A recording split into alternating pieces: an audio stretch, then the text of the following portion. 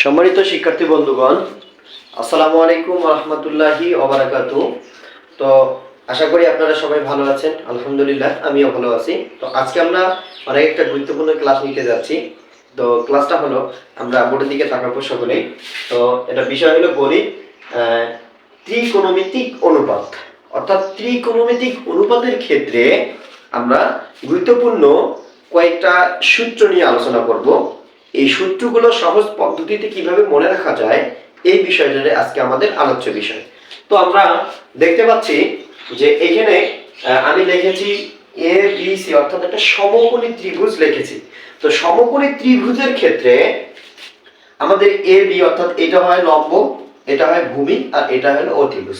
তো সমকোণী ত্রিভুজের ক্ষেত্রে ত্রিকোণমিতিক অনুপাতগুলো সূত্র সহজ পদ্ধতিতে কিভাবে মনে রাখা যায়, এইটা আমরা আজকে শিখব।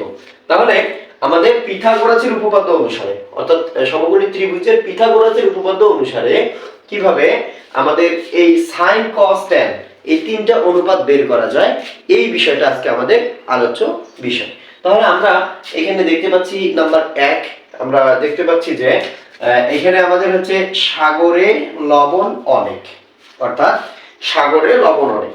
তাহলে যে সাগরে আছে, অর্থাৎ এই সাগর বলতে আমরা সহজ পদ্ধতিতে বুঝাবো হলো sin থিটা সমান, তাহলে সাগরে বলতে আমরা বুঝলাম sin থিটা এবং সমান সাগরে লবণ অনেক, অর্থাৎ লবণতে হলো লম্ব ভাগ হচ্ছে অনেকতে হলো অতিভুজ, অনেকটা হলো অতিভুজ। তাহলে আমরা জানলাম যে সাগরে লবণ অনেক, অর্থাৎ সাগরে মানে sin থিটা, লবণতে হলো লম্ব, অনেক হলো অতিভুজ। অর্থাৎ আমাদের sin থিটার অনুপাতের সূত্রটা হলো লম্ব ভাগ হলো অতিভুজ।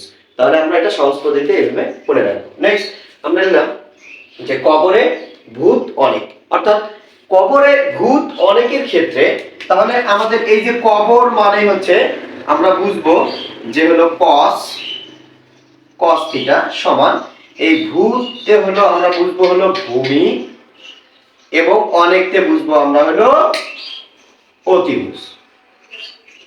তাহলে আমরা কি জানলাম যে কবরে ভূত অনেক, অর্থাৎ এই কবরতে হলো cos, ভূতে হলো ভূমি, আর অনেকতে হলো অতিভুজ। তার মানে cos থিটা এর সূত্র হলো যে ভূমি বাই অতিভুজ। অর্থাৎ এই পিথাগোরাসের উপপাদ্য, অর্থাৎ সমকোণী ত্রিভুজের ক্ষেত্রে এই cos থিটা ইকুয়াল টু ভূমি বাই অতিভুজ।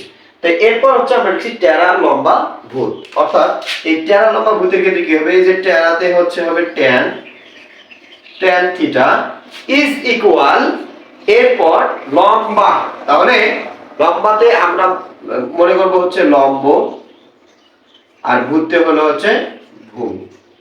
তাহলে আমরা জানলাম যে টেরা লম্বা ভূত, অর্থাৎ tan থিটা ইজ ইকুয়াল লম্ব ভাগ ভূমি।